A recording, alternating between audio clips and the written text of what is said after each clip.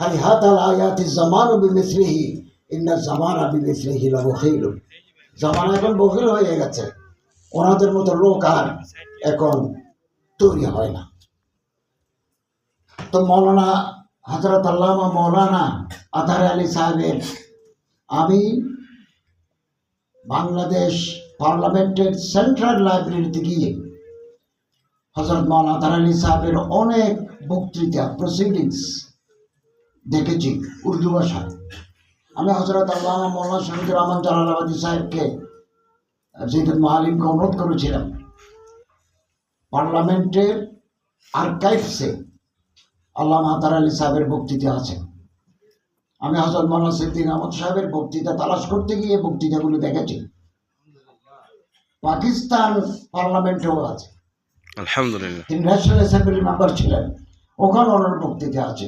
এই প্রসিডিংসগুলো আমরা যদি কালেকশন করতে পারি, আমরা সমসাময়িক রাজনীতির একটা একটা স্পষ্ট চিত্র পাব ইনশাআল্লাহ।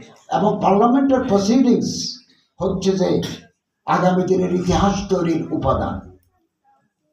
আর ঢাকা পার্লামেন্টে যাওয়া কোনো কঠিন নয়, ওখানে গেলেই একটা পারমিশন নিয়ে গেলেই লাইব্রেরিতে আপনি ওয়ার্ক করতে পারবেন। এগুলো এখন ফটোস্টেট করা যায়, মোবাইলে ছবি নেওয়া যায়। অনেক হযরতের বক্তৃতা আছে, গুছানো বক্তৃতা আছে। এই আমাদের মাতৃভাষা নিয়ে কথা আছে, তৎকালীন পূর্ব পাকিস্তানের প্রতি বৈষম্য এ নিয়ে কথা আছে, মাতৃভাষার প্রতি কথা আছে, জনগণের অধিকারের নিয়ে কথা আছে। এগুলো যদি আমরা ট্রান্সলেশন করে বাংলায় উপস্থাপন করতে পারি, এই বই সমৃদ্ধ হবে, জাতি অনেক কিছু জানতে পারবে।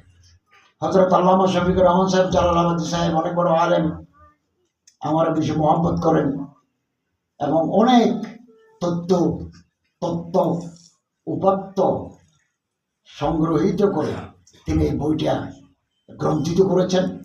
প্রায় 450 পৃষ্ঠার মতো এই বই।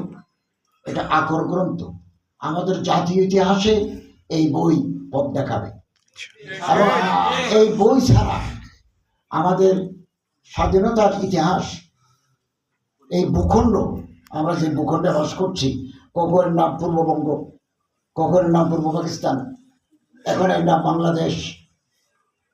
এই দেশের ইতিহাস, ঐতিহ্য, রাজনীতি, সংস্কৃতির একটা দীর্ঘ আলেখ্য এই বইয়ের ভিতরে সন্নিবেশিত আছে।